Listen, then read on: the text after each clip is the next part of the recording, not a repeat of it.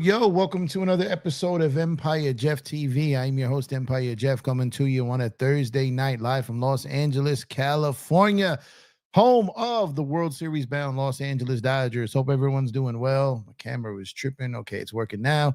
Thank you guys for tuning in. Appreciate y'all. We're going to talk about the 2025 World Series between the Los Angeles Dodgers and the I almost said Toronto Raptors. Wow. The Toronto Blue Jays. The Toronto Raptors might have as good a chance as winning this World Series as the Toronto Blue Jays. So maybe it's relevant, but we're here to talk about the World Series, the matchups, the pitching, the hitting, the fielding, the managing, the fans, everything all bundled up into one. So I had some time tonight to do a live stream, so I wanted to pull up and hang out with people and talk. I know there's a lot of shows going on right now. There's a lot of excitement with the Dodgers, so we may get people coming and going. So appreciate everyone who decides to stop by, take a listen, and this should be an interesting World Series, man. And I think Game 1 sets it off, obviously. If the Dodgers go out there and they take Game 1, especially in convincing fashion, that I think that this series is over quickly.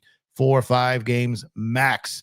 If Toronto gets Game 1, it by no means is the end for the Dodgers, obviously, but it means that the series is going to go at least 5 games, maybe 6. So if the Dodgers get Game 1, puts the pressure on Toronto that they have to get Game 2. And it's kind of weird. It kind of feels like, and tell me if you think I'm wrong. Let me know what you guys think.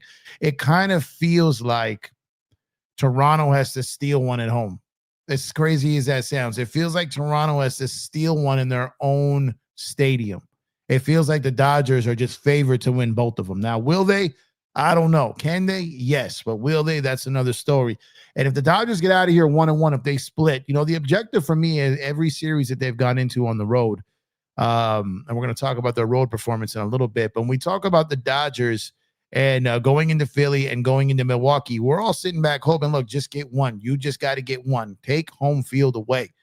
Take home field away. But it's never really been about taking home field away, because in baseball, home field advantage matters less than any other sport when it comes to the home team having the advantage. Now, taking home field isn't really what it's about. It's really Joe Torre always called it, it's a race to 4. So it's about getting one before the other team gets one. It's not even about getting one in their stadium. It's not about losing one in your stadium. It's about getting to 4 first. And obviously the first person who gets to 1 first is closer to 4 first. It's simple math there. So for the Dodgers, it really boils down to and comes down to getting to 4 before the Blue Jays. So if they get game 1, that puts a lot of pressure on the Blue Jays because they have to get game 2. It essentially makes it a must-win game 2 for the Blue Jays. But you got people saying, yo, but what about the Mariners? The Mariners went in and they beat the Blue Jays twice, and they had a 2-0 lead, and they lost the series. That is true. But it's also true that the Mariners are not the Dodgers. The Mariners are not the Dodgers. If the Dodgers get a 2-0 series lead on the Toronto Blue Jays, it is a wrap. It is a whole wrap. It is over. It's wrapped up. It's under the tree. It's delivered on Christmas Eve, Christmas morning, whatever day you celebrate. It's signed, sealed, delivered. It's over. It's over if the Dodgers get the first 2 in Toronto. Now, will they? That's what remains to be seen. Can they? Absolutely. Will they? We'll see. Now, when it comes down to who they got on the mound in those 2 games, it gives them the best chance to steal both on the road.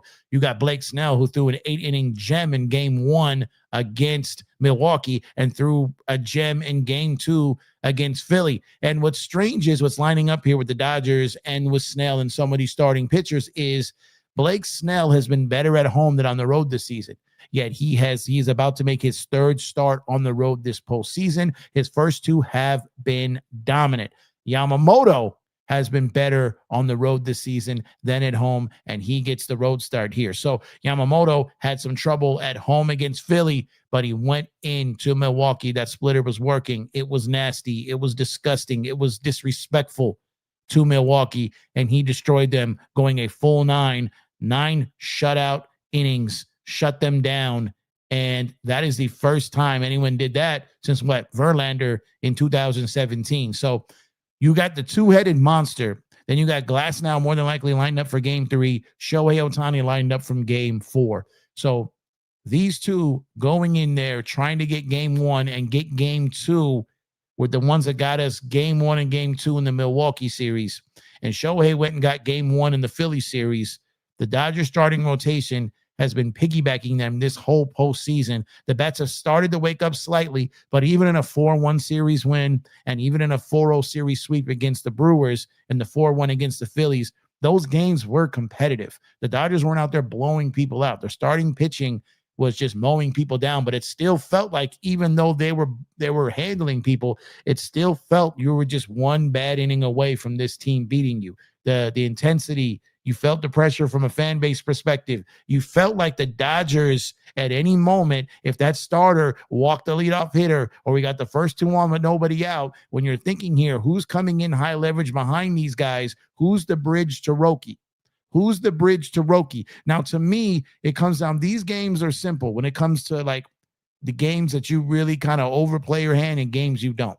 Game 1, game 5, game 7. Those are the games that are typical swing games in a series, right? If it's going more than 4. But game 1, obviously, if you sweep, is the most important one in the series to get off to the great start. So if you've got a game 1 situation, and let's say Blake Snell maybe isn't struggling, but his pitch count is getting up there. Now, we don't really know yet what his breaking point is from a pitch count because they really don't ever let him go. Not just the Dodgers. We're talking about the Giants. We're talking about the Padres. We're talking about the Rays. All these teams feel that something can go wrong if Blake Snell goes further than that. It's not just one organization. Now, he has had shoulder and arm injuries and a history of it. So it could be they're just worried about him having a dead arm. You remember this happened to Scherzer in 2021. And I think ever since then, the Dodgers have been very, very cautious when it comes to that. So if Blake Snell is out there and he's in the 6th or 7th inning and he's at 70, 80, 90 pitches, then the Dodgers are going to find themselves in a situation where they have to get into that pen. Now, being a game 1 situation, and you got a game 2 and a day off between game 3, and they haven't really been using Roki in back-to-back games. The plan really initially, they hadn't really done that yet. So you're in a situation here where maybe, just maybe, Roki gets extra work in game 1. Maybe, because you don't have Vesia in game 1. All right, you don't have Vesia, which also probably means that Tanner Scott's going to be on the roster. And if you ask me right now, we haven't seen Tanner Scott in about a month. Maybe he was injured. Maybe he's been corrected. I don't know. I need to see it to believe it. I still think that Tanner Scott's going to turn his career around and next year kind of get back to what he is. I think he's been dealing with something all season and it just hasn't worked out. But I have not given up on Tanner Scott. I just don't know if it's the right idea to overuse him in the World Series, right? So if you have no Vesia and that lineup has a ton of right-handed batters, which means that Blake Trinan's probably going to get some steady run in this series, then you may need Roki to go 2 innings in game 1. We haven't really seen Sheehan since that game 4 of the Philly series, right? He was a little rocky in that series outside of that game in Philly. So we may have no choice with no Vesia. We may have no choice but to see a little extra Roki in game 1, which I'm fine with. So I think that you're going to see Snell try to get to 7 or 8 innings. That's going to be their plan. But the problem with that plan is that the Toronto Blue Jays don't chase. And the problem is Blake Snell lives outside the zone a whole lot. And the other part about that is the Toronto Blue Jays are the #1 team when it comes to making contact in baseball, both in and outside of the zone. So Blake Snell, who lives outside of the zone, the Blue Jays are capable of getting to those pitches. Will they, though? That's the thing. And what a lot of people didn't realize in that game 1 in Milwaukee was that he had lost his setup pitch. Now, he was still getting guys out. He was pitching great. He was doing a good job, great job, but his velocity was dipping. He was throwing across his body, and he had lost his slider. Now, the average person really isn't going to pick up on that, right? But the managers and the pitching coaches do. And you got a guy coming off a shoulder injury this year that you can't have him thrown across his body like that. All right. You can't have him happen like that when he's losing velocity, reaching back, trying to find it. He doesn't have his setup pitch, which means he has a 3-pitch mix. If the slider isn't working, it's now a 2-pitch mix. And you got hitters at the plate guessing between changeup and fastball. And if they guess fastball, it's boom. All right. So Blake Snell was pitching phenomenal. There's no ifs, ands, or buts about it. But in the end there, he had lost his setup pitch. He lost it. If you go back and look at the StatCast, if you go back and look at the pitches, he could not get that pitch over in that 7th inning. He couldn't get it over. In the 8th inning, it started to become a little worse. And every time he threw it, they weren't even swinging at it. All right. So the slider had died. It had died. And more than likely, it's because he was losing arm strength. And that's why he was coming across his body, trying to reach back and get it. And you don't want him to hurt himself. Okay. And that's where you protect the player from themselves. Now, because of that, Snell had to come out of that game. He had to come out of that game because they didn't want him up there with 2 pitches. Now, it's not like he's up there throwing 101, 102, saying, hey, come hit this, right? He's got a changeup and a fastball that's sub 100, all right? Again, phenomenal performance, incredible. He's been nasty of late. But there was some risk there, him going the 4th time through the lineup, losing velocity without his setup pitch. There was a problem there. So if that happens again in this game with a high pitch count, then you can see Roki have to go a little deeper into the game. You can see Roki maybe come in and have to get a 6-out performance versus a 3-out performance. And we have to wait to see on that. But Blake Snell having to pitch to the Blue Jays for a guy that lives outside the zone, pitching against a team who doesn't chase a lot. And if they do chase outside the zone, they're #1 in the league at hitting outside of the zone, contact-wise.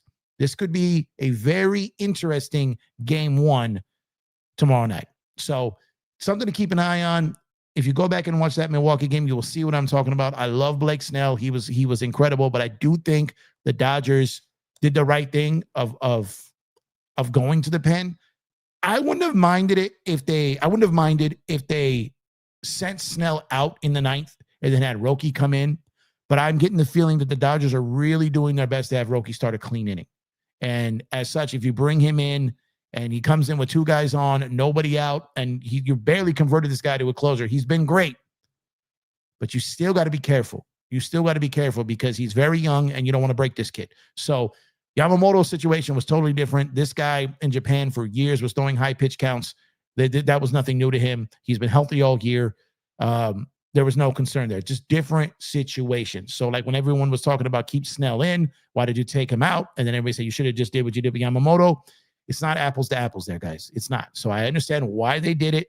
And it worked out. In the end, it worked out. And that's all that really matters. So Appreciate y'all for tuning in. Once again, I'm Empire Jeff. This is Empire Jeff TV. I appreciate you tuning in to the Los Angeles Dodgers versus Toronto Blue Jays World Series preview.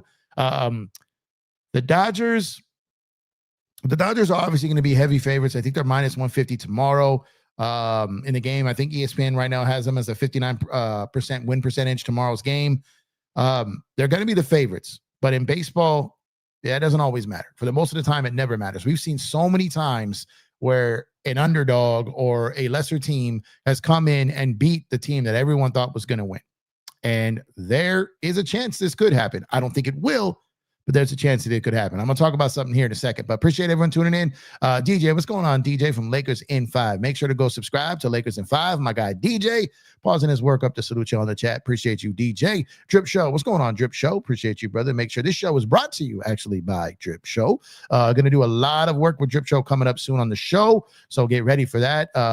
During the World Series, post-World Series, get real familiar with that logo because you're going to start seeing some Drip Show work up here on the show very, very soon. Shout out to my brother Chris over there at Drip Show, man. And on that note, make sure to get your MLB, NBA, NFL gear, and more. Make sure to use our link at Fanatics to get special discounts on your purchase. Also help support the channel. Got this hat right here from Fanatics, the NLCS victory cap, sending the Dodgers to the World Series. Great way to help support the channel. It's the gear you're going to get anyway. You might as well order it from us, and we would greatly appreciate it. Eric Kwan, what's up, my guy? Appreciate you, brother. Lakers Dodgers for life. What's up, brother? Hope you're doing well, man. Thank you for tuning in. This intro beat is fire. I tend to agree. Again, what's up, Chris? Appreciate you, brother. Phoenix Layer 1 says, what's up, Jeff? Let's go Dodgers. What's going on, bro? Appreciate you as always. Johnny Boy Johns, what's going on? LFG Big Blue. Absolutely. Reg, what's up, my brother? Reggie's Adventures. Salute, Reg, man, my guy from Locker Room over there. Go subscribe to the Locker Room. Reg is one of the top tier entertaining guys on YouTube, man. One of the guys who actually inspired me to start a channel. That's my guy right there. Welcome back, Reg. I know you took the summer, you're taking the summer off for a bit. Happy to see you back and kick up dust in these YouTube streets, man. We needed you back. Can't leave the game alone. It needs you, man. Appreciate you for being back, brother. Let's see. Going to be a hell of a series. I think so too. Look, Reg and everyone else, like I said, just keep in mind, even when the Dodgers went 3-1 on Philly and went 4-0 on the Brewers, those games were competitive. So even if the Dodgers win this in 4 or 5 or whatever it may be, it doesn't mean the Dodgers are going to go in there and win every game 9-0 or 12-2. It doesn't mean that. Like the Blue Jays are capable of making games out of this. The Blue Jays are capable of winning games in this. The Dodgers have to be capable of putting them down. The Dodgers have to kill them. They're not just going to die. They're not going to lay down. It's just not going to happen. They got all those little adorable, cuddly, fuzzy little Canadians up there getting froggy in the chat and in the DMs, talking all kinds of poutine in the chat and all that. But outside of that, it's going to be an interesting series. And if the Dodgers pitching performs like they have in the wild card, the NLDS, in the NLCS, then this series will be light work. If any of these pitchers struggle, then things are going to get interesting. And game 1 is very, very, very important. Craig, what's going on, my guy? Appreciate you. BW, what's going on, man? Freeway? It's the Rock. Freeman and Ohtani going off on offense. That's another good point to talk about, because as we're sitting here talking about how the Dodgers may not have their lefty in Vesia, so they may have to activate Scott, or you may have to go with some other guys up there, right? Dryer maybe get some appearances in this series. However, the Toronto Blue Jays are a very right team. And I'm not talking politically. They got a whole lot of right-handed bats, and they got a whole lot of right-handed arms. So Shohei, Freddie, Edman, Muncy, these guys should be able to get some hits and get some bombs in this series. They're not going to have to go up against a whole herd of lefties like they did against Philly. And, they're not going to have to face the Miz or any of that. Some of the guys that they struggled with against Milwaukee, they're not going to have to go through any of that. However, they are still going to be facing some pretty solid pitching, not great pitching. I think they have a chance to rock Scherzer. If they get to Babbitt, they can get to him. Gossman, I think, is had a solid postseason, but I think they can get to him. And Tamaria Savage, this kid, maybe this stage might be a little too big for him tomorrow. We will see. But Snell versus Savage, you got to think that Snell has the advantage there. And then you got all these lefties versus all these righties. I think the Dodgers have the clear advantage there. So where the Blue Jays, we talk about them not chasing. We talk about them being able to make contact in and out of the zone. Well, the Dodger left-handed bats should be able to do some work in the series against the Toronto pitching. Dodgers starting pitcher advantage, absolutely. Also, World Series experience, absolutely. What's going on? Don't care. What up, Jeff? No matter how good we look, can't help but feel nervous right now, especially after a long layoff. Look, I don't have an ounce of nerves in me. None. I'm not nervous about this series at all. No way, no how. I'm excited. I'm excited for sure. I'm 100% excited. It's the World Series. My team's back in the World Series. They have a chance to win back-to-back World Series championships. No one's done that in like 25 years. We have a chance to do this. And for the Dodgers to stamp this run as a dynasty, they need to pull off this back-to-back. They need it. And that's why I think this Dodger team smells blood. I think they know that. I think they want that. I think they're coming for that. And I think they're going to get that. But Toronto's not going to give them that. The Dodgers are going to have to earn that. And I think they will. I think it's coming. I think a storm is coming to Toronto. Blue clouds. It's going to be what's coming into Toronto, man. I think the Dodgers know they're there. They're right there. They're on the cusp of a dynasty, being stamped as a dynasty. People called them chokers. Then they got cheated twice. Then they called them a Mickey Mouse ring. Then they called them chokers in 21, 22, and 23. Then they went out there and put their money where their mouth was and put the money back into the team. Now people are telling them they're ruining baseball. People are talking about the deferring. People are talking about all this. People are talking about all this. At the end of the day, all that talk gets muted when someone wins back-to-back championships in baseball, because you can't buy that because where the Mets at? You can't buy that because where the Yankees at? You can't buy that because where the Phillies at? You can't buy that where the Giants at? Can't buy that. Toronto Raptors, damn it. Again, the Toronto Raptors had about as much chance of winning this World Series as the Toronto Blue Jays do, but the Toronto Blue Jays, the little bluebirds, the little blue pigeons, they're top 5 in payroll too. They're top 5 in payroll. So this little underdog story is BS.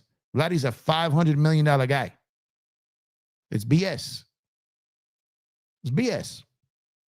Little chickies, little blue chickies. It's BS. Top 5 in payroll. Top 5 in payroll. And they're here. So we'll see how it goes.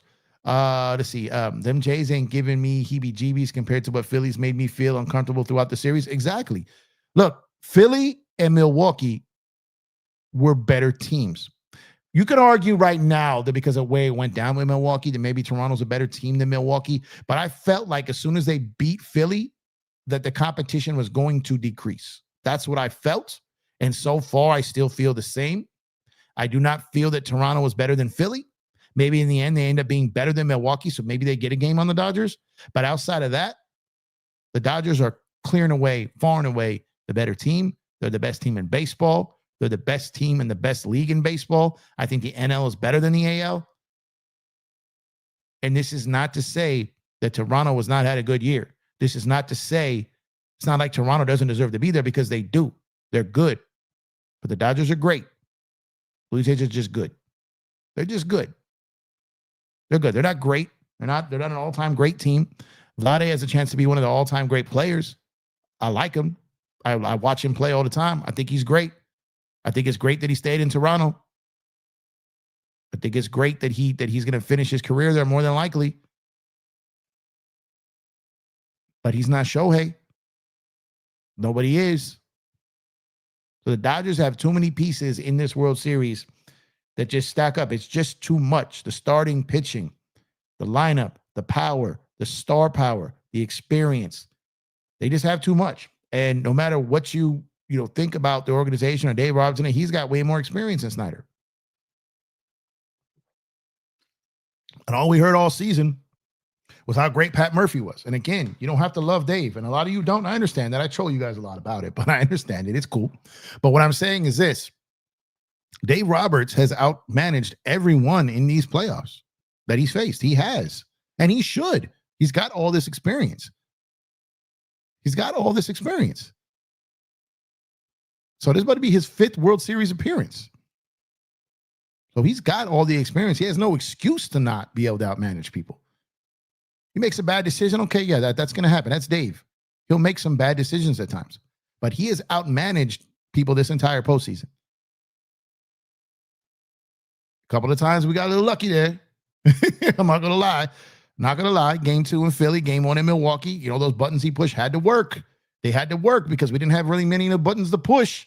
but they worked. Even barely, but they worked. He's going to need some more of that. Dave's going to have to. The pressure's on Dave here. Pressure's on Dave here. If the buttons he pushes don't work, that's going to be on him and the player who doesn't deliver. But you know what I mean? You know you're going to be lacking. You know these starters got to get to 7 innings minimum. So the bats got to put some runs on the board. You can't have these 2-0 games, 2-1 games, 3-2 games. These guys got to be scoring 4 or 5 runs. And against the Blue Jays pitching, I believe they can. I believe they can. Now, if they do that, then Dave has some room. He has some cover. He can get a little froggy. He can take a little risk. But I'm not going to lie. I love Blake Trinan, and I appreciate and respect everything he's done for us. I appreciate everything he's won for us. But I can't sit up here and look into this camera with these 4 eyes on my face right now and tell you that I feel 100% comfortable when he comes into a game, because I don't. And I guarantee you Dave doesn't either. But when he's looking down there, he's like, look, the guys that got me here, the guy that I know is the moment isn't going to be too big for him. And maybe his pitches aren't ending. Maybe he doesn't have his stuff. But he's not going to be rattled. That's for sure. And in these moments, sometimes you just need that. You just need that. And I'm loyal to a fault by nature, so a big part of me respects that. But at the same time, you're playing with fire. And I know that. And Blake's been able to get it done, even though it's been rocky, they've been able to get it done. So we'll see how it goes, though. Lakers Dodgers for life says, I hope our offense can get Snell some early runs. I wouldn't want to see a close game. I ain't going to lie, Jeff. That worries me in game 1. I also expect to see Sheehan. Yeah, we're on the same page there. So Sheehan, like I said, I think Sheehan or Roki may have to go a little deeper in this game with no Vesia. So I think that's going to be the case. I probably would rather, well, you know what? Let me check that. To be honest with you, Sheehan has performed better on the road in the playoffs. He's had his rocky games at home. Against Cincinnati, against Philly. Maybe it's against red teams. Maybe he's not good with the swoops. But I might have to agree with that maybe, because when you look at the game he had in Philly, he was great. But then the game against Philly at home, he wasn't bad, but running to that first base and having the field to play. And then he got touched up a little bit in against the Reds. So I think I kind of like Sheehan on the road right now, based on the body of work we've seen in the playoffs. Doesn't mean it's going to work, but I kind of do like to see that. So I agree.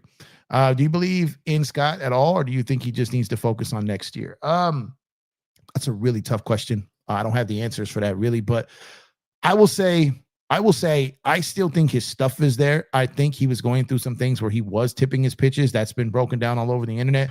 My guy Doze, did a whole video breaking that down, and he was tipping his pitches. Now, typically what happens is, for a guy who hasn't tipped pitches before, it typically means that he's either battling with something mechanically or physically. So I personally feel like he's been hurt all year. I think he took a while to tell the Dodgers that he was hurt. And I think that they shut him down trying to get him right. Kind of like what they did with Roki, but not for this long period of time. So with his situation is, if his injury was causing him to not be able to have his stuff and hit his target and make more mistakes that are getting hit by these other players, then you shut him down until he can get it right. So if the Dodgers feel that he's got it back, then they should absolutely use him. But if he doesn't have it, then you're in a bad spot. You're in a bad spot because you have Trinan, you have him. You're not going to have Kirby Yates out there, right? Because he fell apart too. When you think about this Dodgers bullpen, let's think about this for a second. Michael Kopech, gone for the rest of the year, right? Evan Phillips, Tommy John, gone for the year. Bazooka, gone for the year, right? Kirby Yates had a horrible stretch, but they brought him in with high expectations. Tanner Scott, same thing, has been out. When you think about all those 5 names that I just mentioned, if healthy and who they were a year ago, this Dodger bullpen, we'd be talking about one of the greatest in history. It just didn't happen. And I've been telling you guys all season that bullpens are volatile, and it could be year to year when it comes to bullpens. And we're experiencing that again this year. So a lot of the guys who are horrible this year could be on fire next year and be phenomenal. That's just how it works. You guys also got to remember that every single reliever, even the top tier, even the best of the best relievers, the greatest of all time relievers, are failed starters. Failed starters. They couldn't string 7, 8, 9 innings together. They couldn't do it. They can go in and go pedal to the metal for 3 outs, for a third of an inning, 2/3, whatever it may be. But they can't go out there and consistently put together stretches of innings. Every reliever, even top tier, top flight relievers, are failed starters. And I think a lot of people don't remember that or don't even know that. And the big reason is command. It's consistency for big stretches of time. And that's why they're only thrown out there for 1 or 2 innings at a time. So that's why bullpens are so volatile, because these are guys who are failed starters. And it's happened for a while. I know it's too soon, but Dodgers possibly only lose 1 or 2 games in the playoffs. Shaq and Kobe vibes. Yeah, so Joe was talking about, this is what I wanted to talk about. So Joe was talking about how this team kind of could resemble the 2001 Lakers, only losing 1 in the playoffs after having what some would say a subpar season after winning a championship due to injury or the fatigue or whatever it may be. And while I think Joe and other people have kind of spoke on that too, if I'm not mistaken, I think Joe was the first person to say it. I don't know if he was, but I think he was. At least the first that I heard. What I'm worried about, my only worry, is that they do resemble the Laker team, but not the 2001 Laker team, the 2004 Laker team. And if these Toronto Blue Jays go all 2004 Detroit Pistons on us, then we're going to be in trouble. So I hope it's 2001, not 2004. And that's my hope. That's absolutely my hope. When we needed a run, Edmund, Kike, these two have been clutch and always deliver. That's true. And Will Smith, too. The unsung, the others, right? The unsung heroes for sure. Mr. October will show up. Yeah, absolutely. Kike, man. Keektober, man. This is just what he does. I wonder how Tanner Scott performs throughout this playoffs if he didn't get injured. Well, guess we'll never know, except for the World Series if he gets a shot. I'll tell you this, though. In the World Series promo, he's in his jersey in the video. Did you see the promo? The World Series promo has Tanner Scott in uniform. So we'll see. Michael, what's going on? Michael said, what up, Jeff? You've been one of the best listens since the day you broke the Yamamoto to the Dodgers news. You should live stream about the Dodgers more often. Hey, appreciate that. A lot of people don't want to give me the credit for that. Like, the people who knew that I was on that first and early, I appreciate that, because people like try to take that away from me. And it's crazy, but I appreciate that. Thank you, Michael. And that was one I did have before a lot of people had that. I did have that. By my baseball reach, a lot of people on the YouTube streams knew me as a basketball person first, right? I was basketball, but I have more contacts in baseball than I do in basketball. So baseball has always been my first love.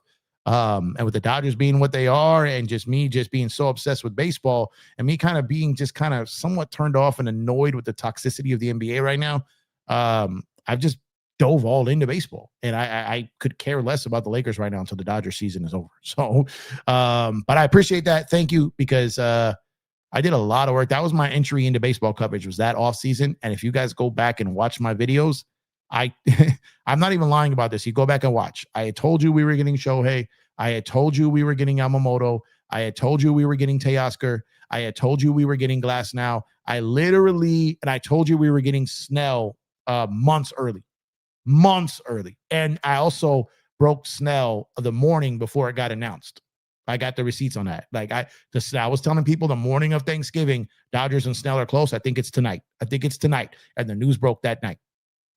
So appreciate you remembering that, because I don't know how many people were watching me back then, because I was still kind of a basketball guy at that time. No one was really taking me serious on the baseball side. I had to earn those stripes. So thank you. I appreciate that.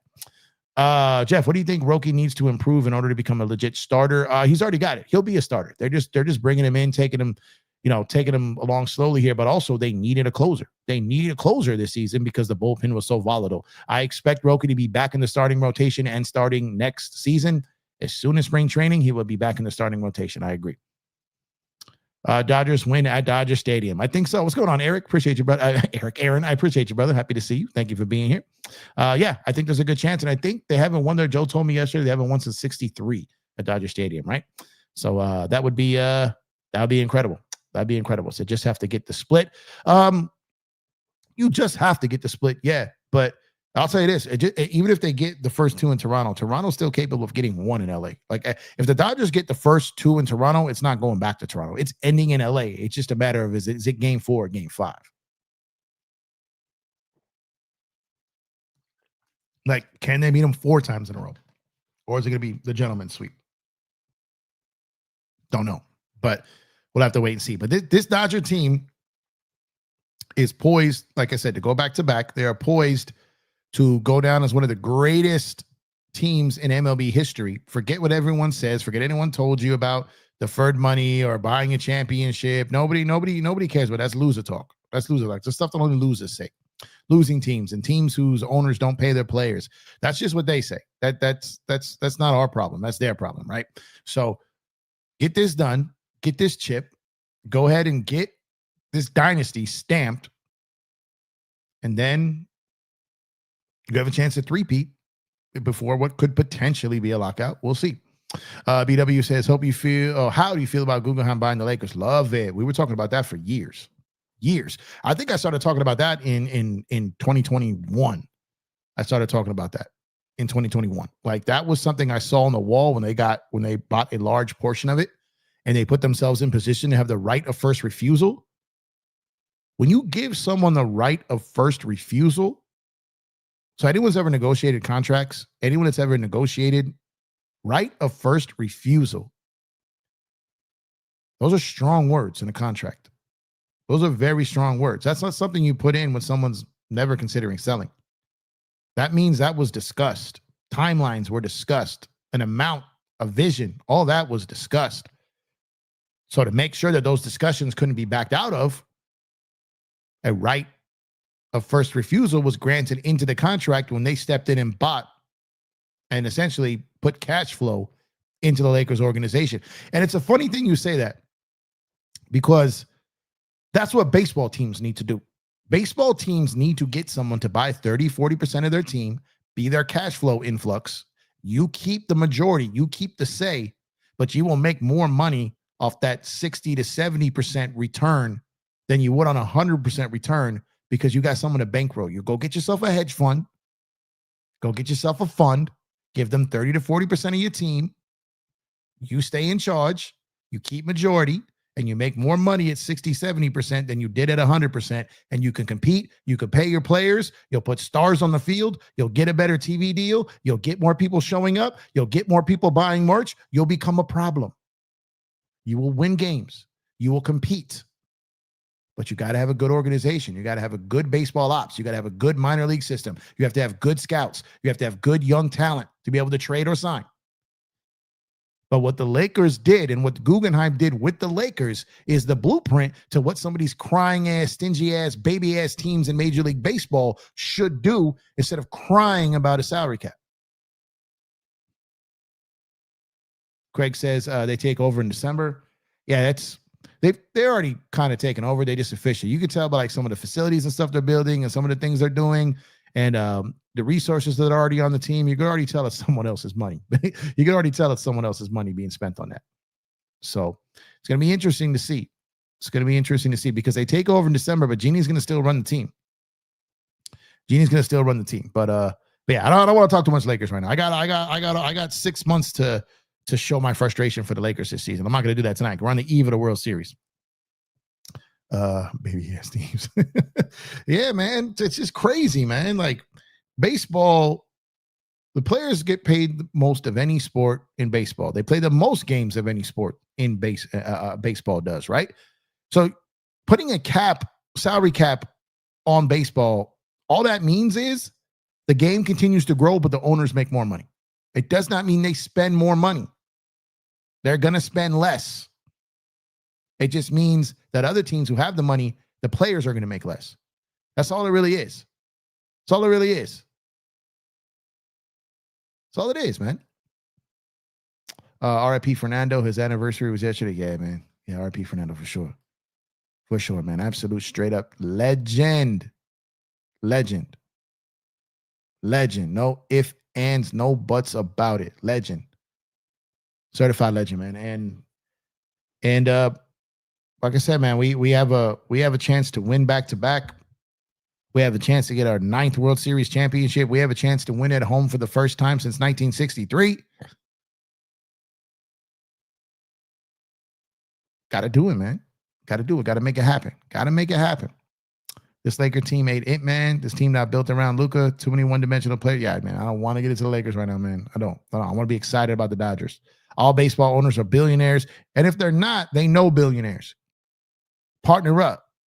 Go get yourself a baseball sugar daddy and get an influx of cash. Hopefully Glass now eating bananas. Crazy how much he cramps. Yeah, and it's not going to be as warm. Well, actually, no, let me take that back. It's going to be in the 80s and 90s next week in LA. It's like cold outside right now. Well, LA cold, but it's going to be like in the 80s and 90s next week. So yeah, he needs his cramping has been crazy. His cramping has definitely been crazy. They need to figure that out for sure. But he's been great in the playoffs too, both as a starter and as a reliever. He's been great. He has. All these guys, man. And again, these are guys, when you think about this rotation, Glasnow was on the team last year, but he didn't play in the playoffs. Blake Snell. Shohei Ohtani was on the team last year, but he only DH'd. He's pitching. Roki Sasaki wasn't on the team last year. Emmett Sheehan wasn't on the team last year. Like, just think about what the Dodgers have going for them right now, what they didn't have last year.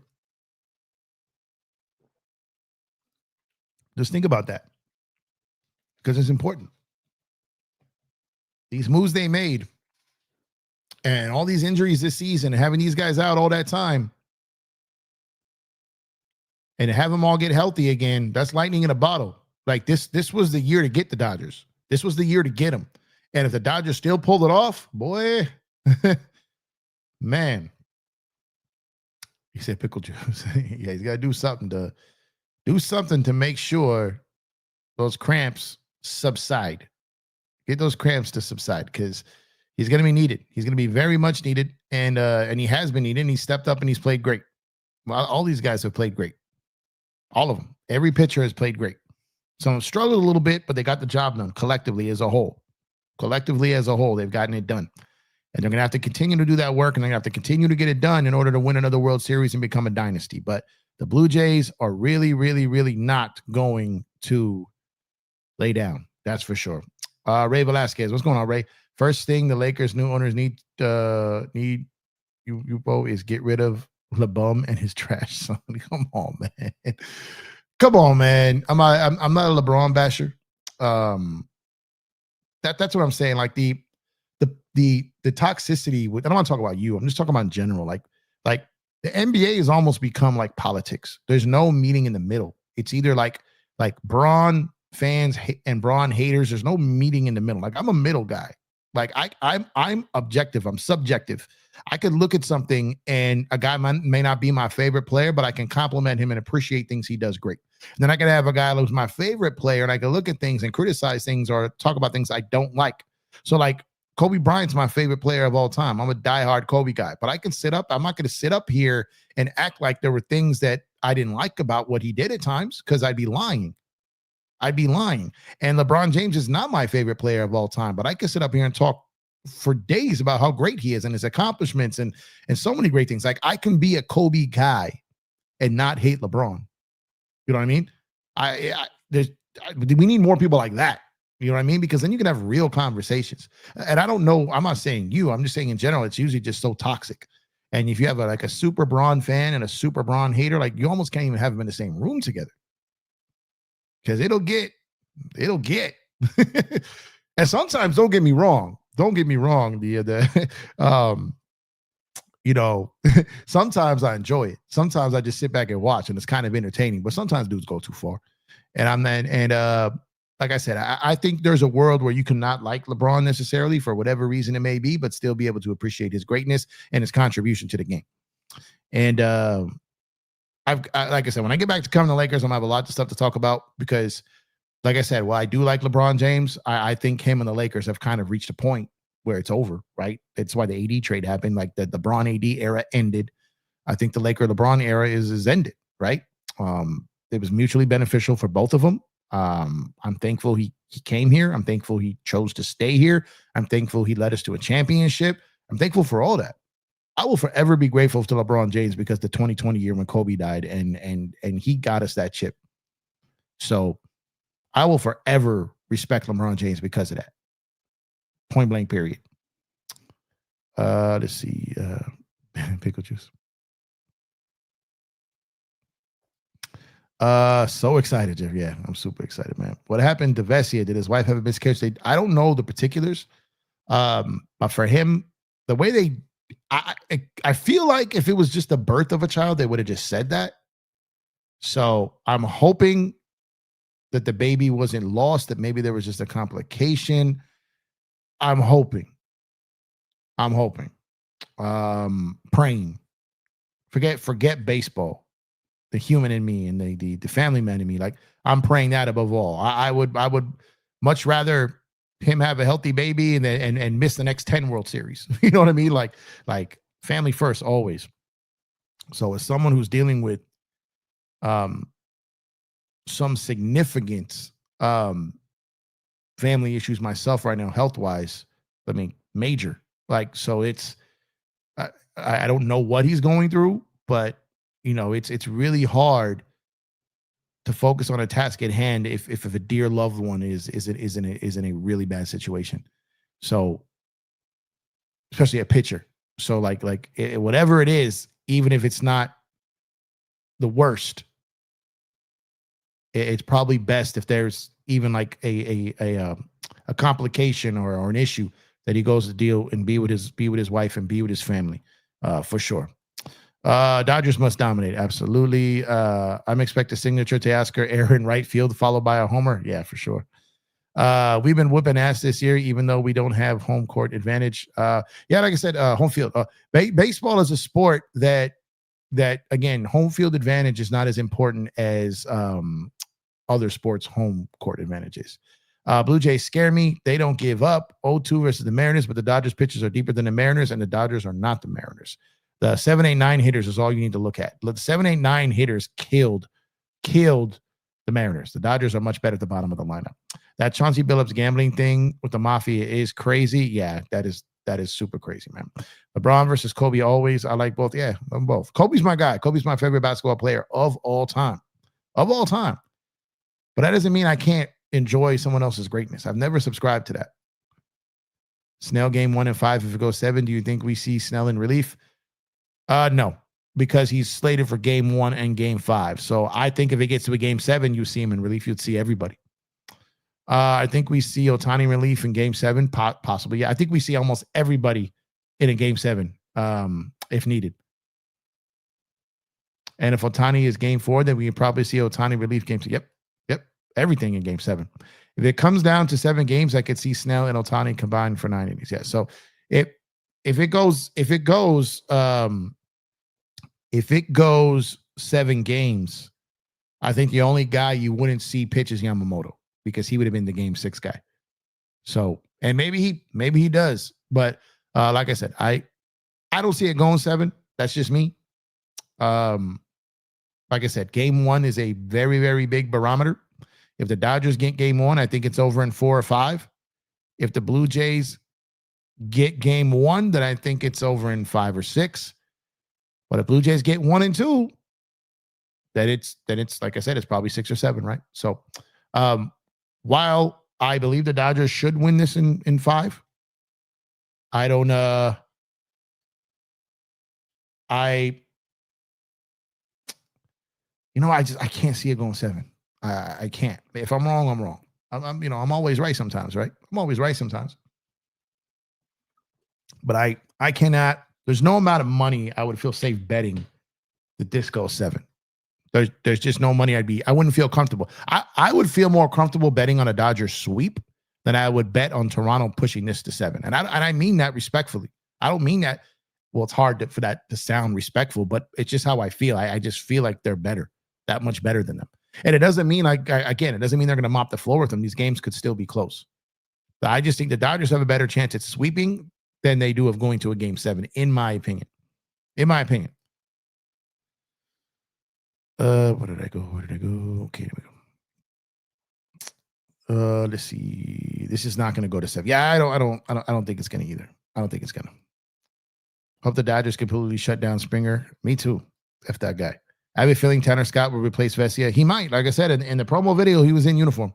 And you know what? just like I did with Conforto, just like I did with Roki, just like I've done with Trinan, just like I did with Mookie, with Max, with Pajes, all these guys, I'm rooting for them.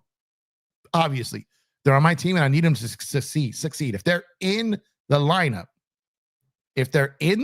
I'm rooting for them. Even if they've annoyed me, I'm rooting for them.